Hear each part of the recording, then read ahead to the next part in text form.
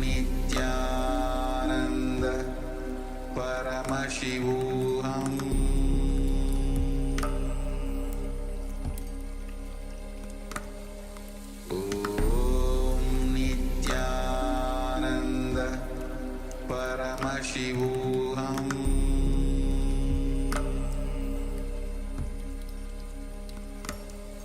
Om Nithyananda Paramashivoham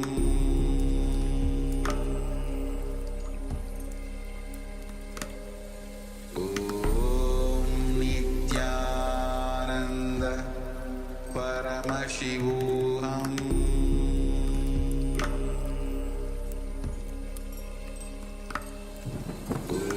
Om Nithyananda Paramashivoham. Slowly, very slowly. Open your eyes. You can open your eyes. And let's take a moment and start sharing what Swamiji revealed to you through the power of third eye. So start sharing whatever was revealed to you.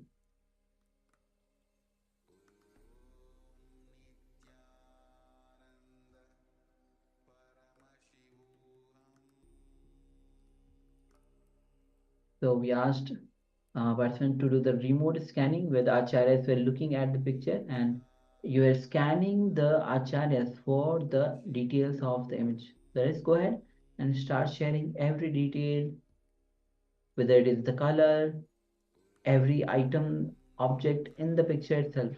So please take a moment and start sharing.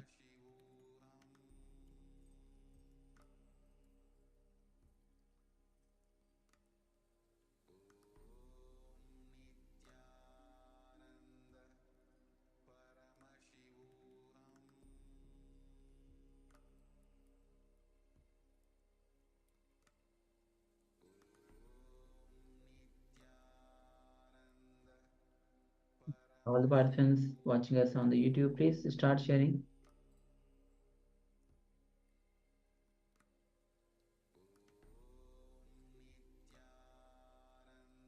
All right.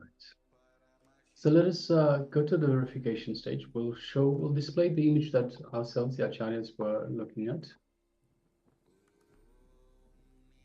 It's a beautiful image of Lord Ganapati, Lord Ganesha.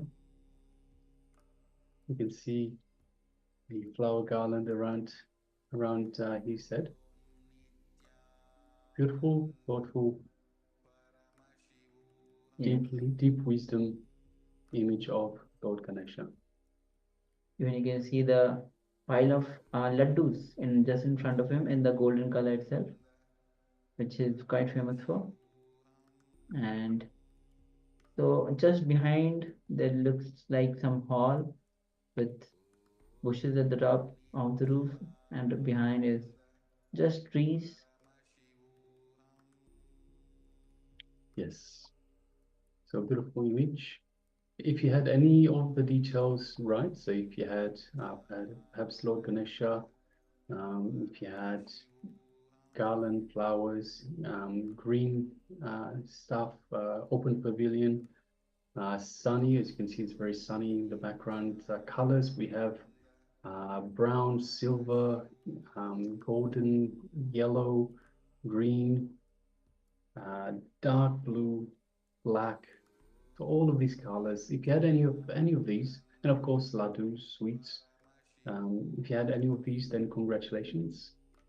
And we do encourage you to share with us as well. So by sharing, you trust the divine, you trust in the connection with your divine, with the divine, and your connection to the divine gets stronger. So requesting everyone, please make sure you don't have any reservations, don't have any judgments, don't have any self-doubt. Just trust whatever you are feeling, experiencing, seeing, anything like that. Just share with us. So it's Ma Anandeshwari said blue and white. Yes, thank you, Ma. So there was lots of white light. Yeah, so the light was kind of bright and was showing. Yes, just showing once again. So you can see there's a lot of white in the light, the very bright light. We have a little bit of blue looks like perhaps water in the background. Some light blue, and also on the left-hand side we have some grayish blue as well, Ma. So yes, thank you very much for sharing, and congratulations for manifesting, Ma.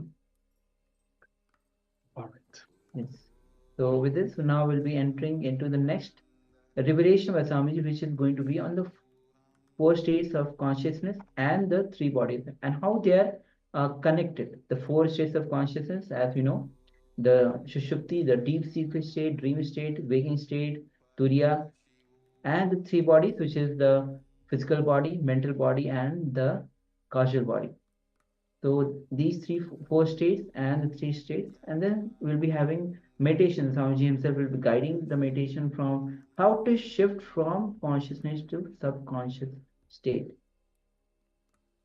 So let's come to the space of listening and let's enter into this revelation by Swamiji.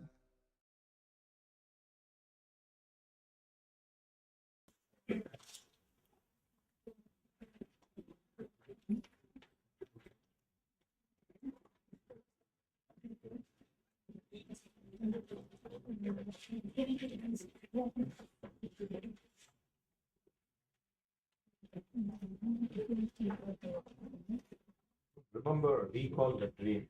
Is it good or It means there's no value. Just it's like, see, actually, look, understand. It's like a safety valve. If the steam pressure gets too much in the steam boiler, there's the safety valve which automatically opens and releases the extra pressure.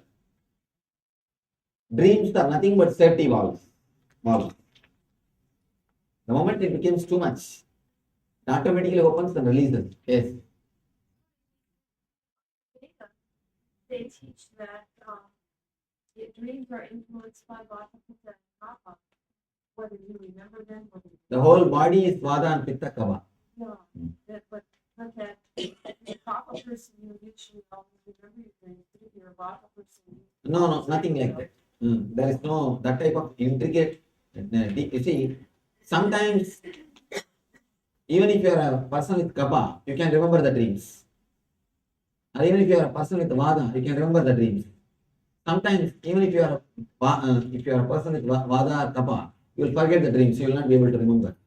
It is the depth of the desire. Of course, there is one important thing. The depth of the desire changes the Vada or Pitta. That is true. It is the other way around. Yes. I think this might be happening to every people. But sometimes when you're in a situation like when you go to a party, suddenly I realize that, oh, this happened before. And I exactly know in the next 5 minutes who's going to come in the new guy as a guest. And at least I will remember something. What is that?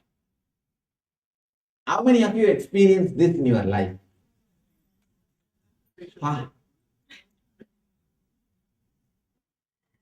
Please raise the hands. Let us count and see the percentage. Sorry, we didn't hear it. 1 minute. Can you repeat the same thing? Please record, video record. Sometimes when you're in a situation, like for example, you just went to a party and you realize that suddenly, oh, this party has happened in my life in the past, but I don't know whether it's a dream, and I exactly know for the next 5 minutes or 10 minutes that this is going to happen. Someone is going to come with his kid or with his wife. Probably he is going to give his big gift. I don't know. Suddenly I remember like 5 minutes thing, and that's it. I know that this has happened in the past. I don't know what it is, whether I have seen this in the dream or I don't know what it is. Yes. How many of you experienced this at least once in your life? Raise your hands. Sure, count.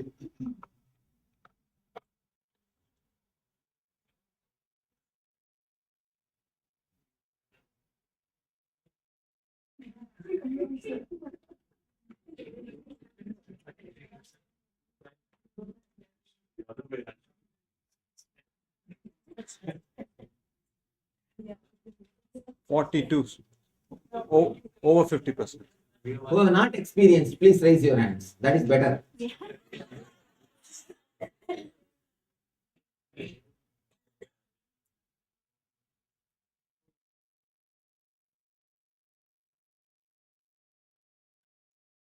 Only 25. So my count first time was wrong. One thing, whomsoever has experienced, understand you are having a tremendous intelligence and visualization capacity. Understand? It is not that other people have not understood. That 25 people also had, but they have forgotten. Let me explain this 4-tape column. Then you will be able to understand the answer for all these questions. This is the basic of your 4 states.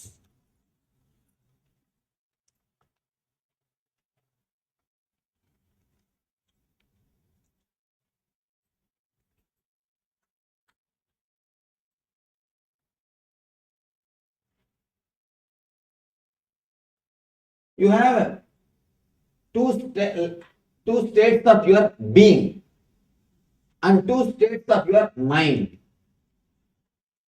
Understand these 4. 2 states of your being and 2 states of your mind. 2 states of your mind is with thoughts and without thoughts. Now you have thoughts. The deep sleep you don't have thoughts. There is a 2 state you experience.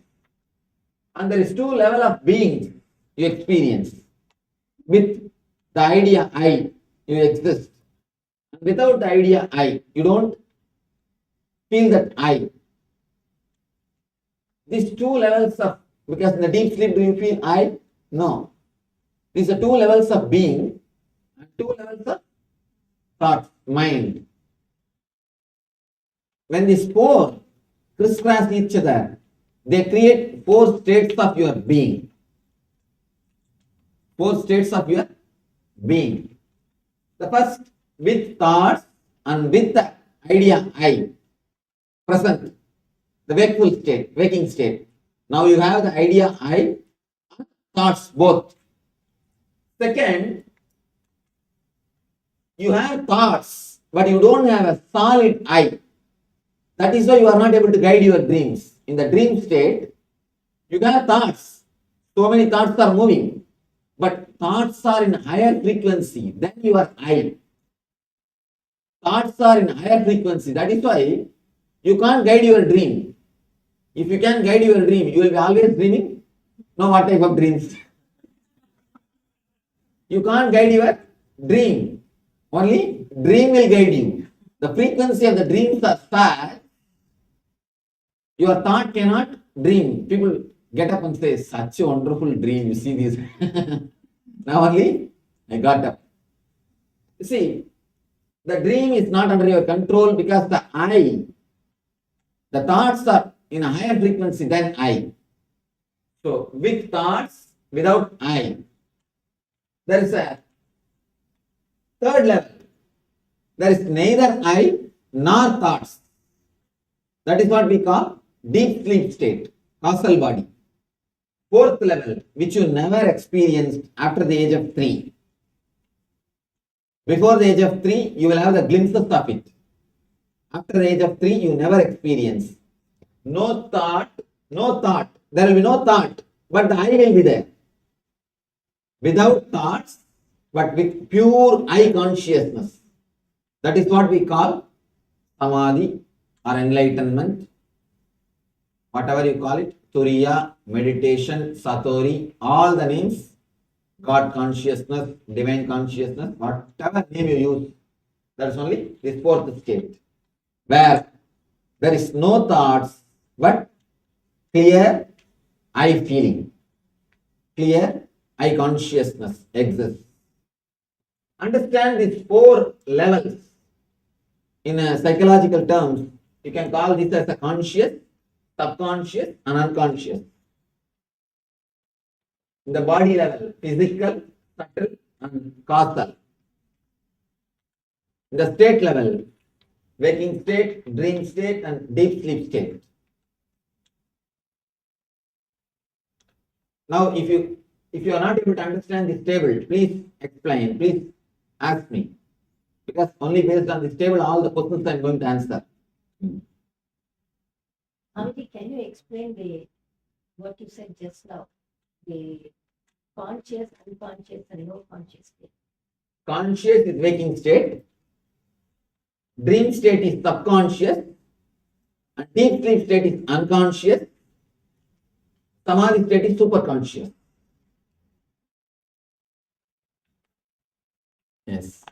Where does lucid dreaming or dreams in which you have some high awareness come into this? Can you be a little loud? Lucid dreaming, when you have some kind of an I consciousness in the dream. Yes. Tell me what he's saying. You're saying in some dreams there is an I consciousness. Where does that fit in? No, actually, if you have the I consciousness, immediately you will come out of the dream. You will wake up from the dream. I've had, well, have you heard of Carlos Castaneda, the Don Juan book? He's an American mystic. He writes, he actually gives some techniques about how to wake up, how to become conscious in your dreams. And I've had some experiences with that, where for a period of sometimes. The moment you become conscious of dream, you raise above from the dream state. So you come to the conscious level. Then it can be no more called as the dream state. It's altered state of consciousness. It can never be called as dream state. Sometimes we dream and we feel it is a dream and it continues and we are in a conscious state. No, it can never happen. Means again we sleep and again we. It can never happen. If you have a solid idea that I am dreaming, simply you will wake up, you will come out of the dream. The guy was talking about the lucid dreaming. This is one of the Stanford University psychologists who wrote the book on it, and what he's trying to tell is that you can consciously dictate your dream, but you are not awake. So which state you are in? You are in. See, the waking state can be penetrated. You may give some technique to penetrate a little bit, but you can never be aware that you are dreaming. No. The moment you become aware, you will come out of the dream. But the fact he claims that you can dictate your dream. No, you can dictate your dream when you are in this waking state. You can program and leave it. The program can be carried and executed. But in the dream state, you can never make a program. You can never pass a command in dream state. In this state, you can make a command which can be carried and worked out. You can work it out in that state. That's all. I'm just explaining what he said. Yes, I understand. I've no experience. Yes. Many times experienced in my dreams that too early in the morning, like 4 or 5 o'clock, like divine thing, like saying Satya Sai Baba, and all you coming in white dress, though they are wearing some other color dress, they come in white dress and put their hand on my head, and I feel immediately as if the severe current passing into my body, and if I suddenly I get up from the bed, I feel totally fresh. Totally fresh. Like other days you will feel lazy to get up from the bed, but you will feel totally fresh. But the other things in that dream. Then to make you fresh every day, I think I have to come. All right. The dream will be in color, but the person will be in white dress. So You see, you may be associating with the white dress your spiritual ideas. Young age, you would have seen somebody who is, or you would have respected, you would have thought somebody very spiritual. He must have been wearing continuously white. The association may be there. That can be the reason. Otherwise, there is no reason, only always they should come in white. okay, this is vision or imagination? The scale, that is the scale. Do you see everything in color, multicolor? No, the things I see in color. Okay, the other things you see. Are you able to see the difference between the white and the other background, everything? Then surely it's a vision. Then surely it's a vision.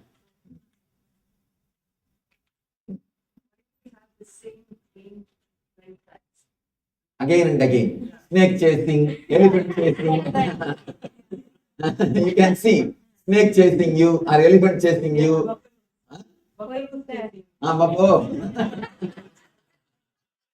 Buffalo chasing, writing exams. And not only that, you will feel as if that you are supposed to write exam and you missed the exam. You are sick. So these are all, yes.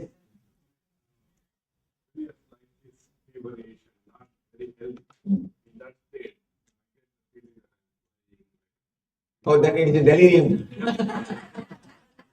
Tell you be careful, that's not dream. Anyhow, these are the usual dreams. What you said, that buffalo chasing or the wife chasing. That is wakeful state, be aware. Don't think it's a dream. Then you will break your back and sit. Understand? The elephant chasing, snake chasing, all these things, they are all imprints. When it becomes a solid imprint, especially when you are a child, if some fear, some horror movie, if it gets imprinted in your being, then this type of trouble happens. Not only when you are writing exam, even after 30 years of your education, you will have the dream.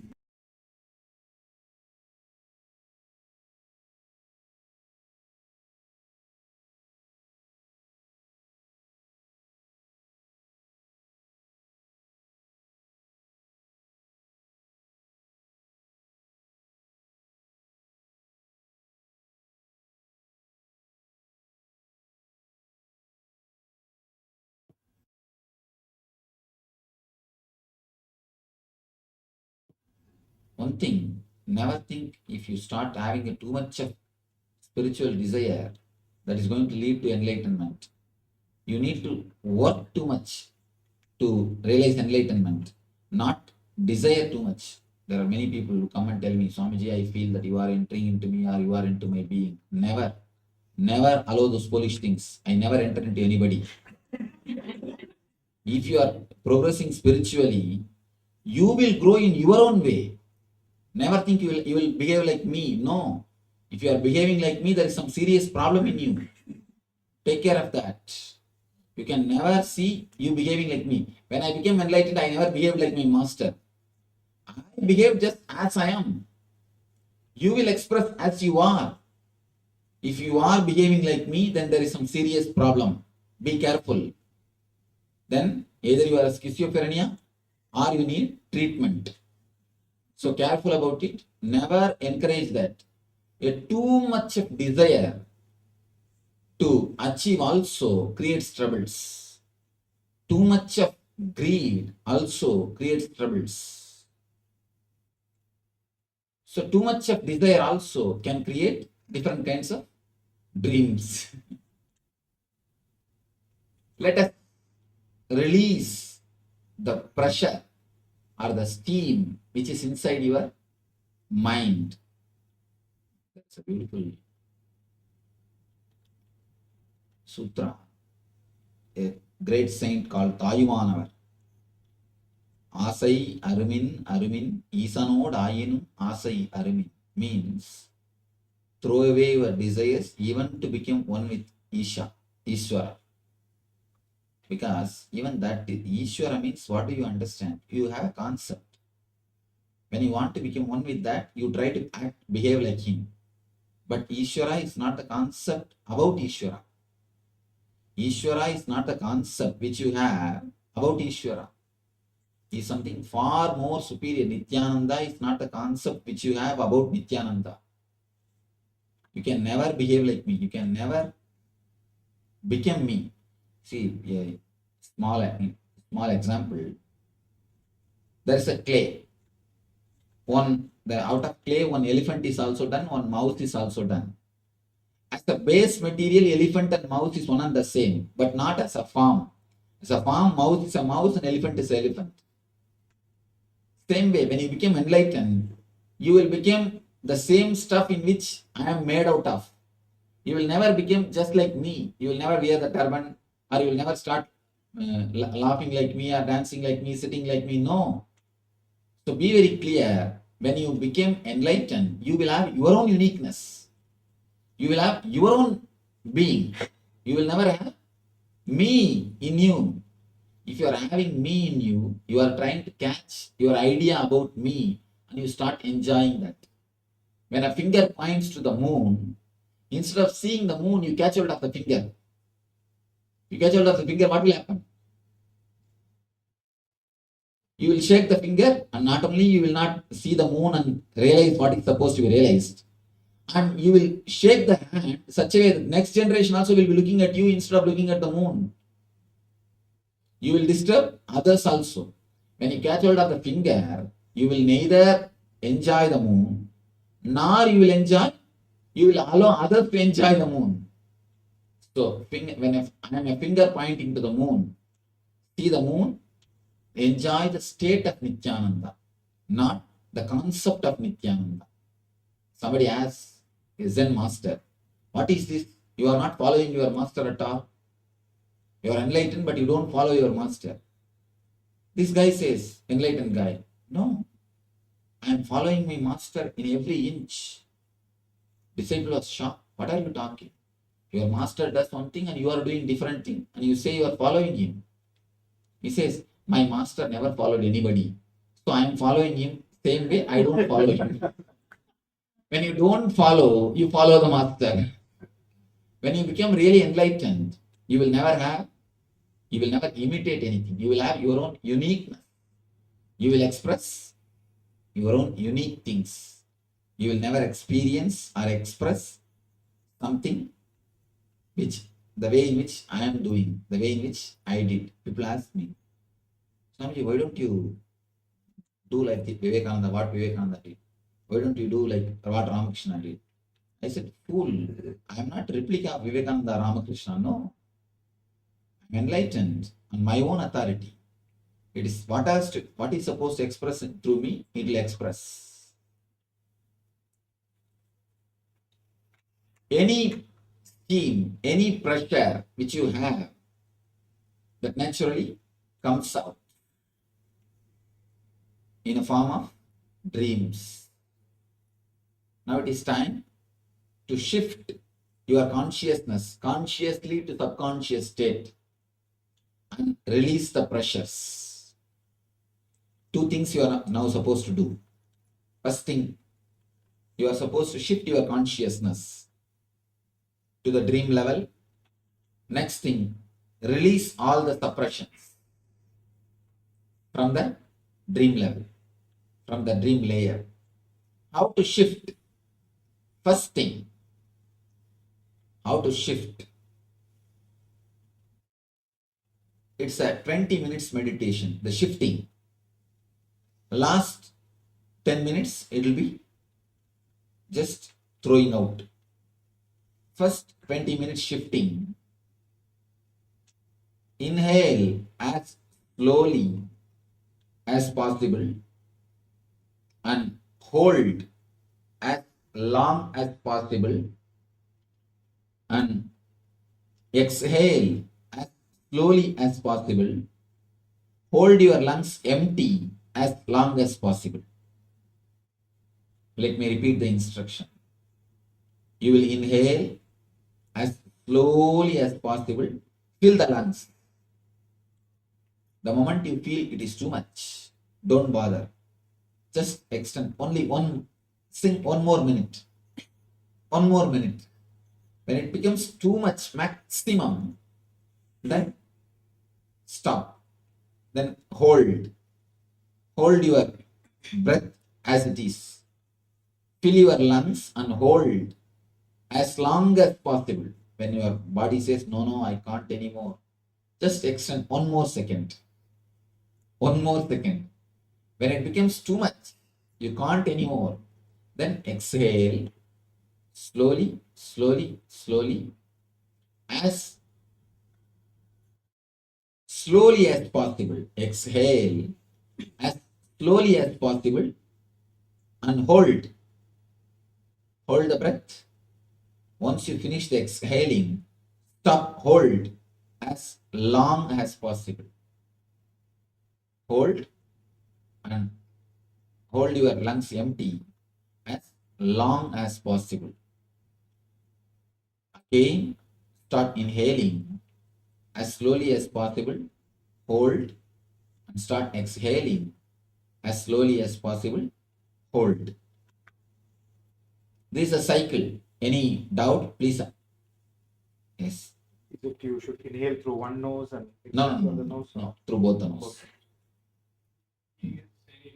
No. Just. Then the 20 minutes is Exhale through the nose or through the mouth? through nose. So by this, you will shift the consciousness. Next, second step, a loud, deep chanting of Hunkara mantra, H-O-O. Just exhaling. You are not supposed to inhale at all. Understand? This is not like Dukkha-harana. In Dukkha-harana, you can inhale and exhale. But here you cannot inhale at all. Continuous exhaling. Understand? Techniques may look like same. It is not same. Whenever there is a difference in the body, techniques differ. See one thing. There are 9 buttons. Just very near. 6 and 9 looks very near. Instead of 911, if you put 611, nothing will come. Only if you press 911, you will be helped. Numbers may look very near. Numbers are looking very near. If you just, even a small change will change the whole process. So please understand the process very clearly. Don't think, oh, I did that meditation just like that, only this. No. Even a single adjustment, that is why the master is necessary, where which has to be attached. Numbers are all same only, but you cannot play with the telephone numbers. Even if one number misses, what happens? Wrong call, keep it. Yes. So quickly inhale for each group. When will we inhale? You don't have to bother about that. Automatically body will inhale. You are not supposed to inhale consciously. What about wandering thoughts? That will disappear. The whole technique is about that only. You don't have to bother about wandering thoughts. Again and again, bring the mind to the exhaling. Yes. Probably when you exhale, hold the extend inhalation happens fast. That is what. No. Oh, the first technique you are asking. Yeah, First, 20 minutes. Tendencies. it should not happen. You should control in such a way that it happens very slowly. Control it. Yes. This meditation, second 10 minutes, the mantra. Mm. So the breathing is similar to what we did in the meditation this morning, the body sets in. No. It should be just exhaling, exhaling. That's all. Exhale. Ooh. Exhale through mouth. Exhale through mouth as loud as possible, continuously. In a single fraction of second, body will take in the air. You don't bother. Again, you start exhaling. You are supposed to only exhale. In the first technique, first step, the conscious shift will happen. The second step, consciously will start throwing out things. The subconscious stuff will be thrown out. Actually, everything is stored in your mind. Just we are shifting and throwing things out. If you don't shift and start throwing things out, you will be throwing a different type of things, different stuff. There is a story. If you all become mad, you will throw things from your house outside in the road. When you becomes mad, you will pick up all the things and put inside the house. So there's if you just shift the technique, the whole thing will be different. The last 10 minutes you said Hunkara mantra. How do you do that? Sit like this and chant.